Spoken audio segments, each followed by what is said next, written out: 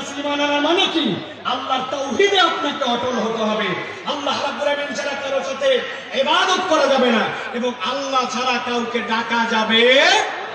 বান্দা যদি এইটা করে, আল্লাহ বলছেন বান্দা তোমার গুনাহ যত হোক আমি রব্বুল আমিন তোমাকে প্রকৃত তওবাকারী হিসেবে কবুল করে নিয়ে আমি তোমাকে মাফ করে দিব।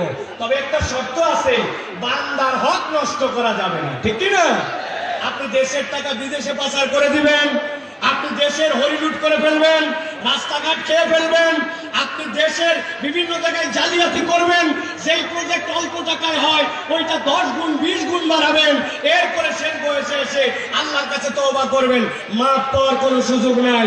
মনে করছেন দেশের থেকে হয়তো বেরিয়ে গেছি, পালায় গেছি আর মাফ পেয়ে গেছি, এত সোজা নয়।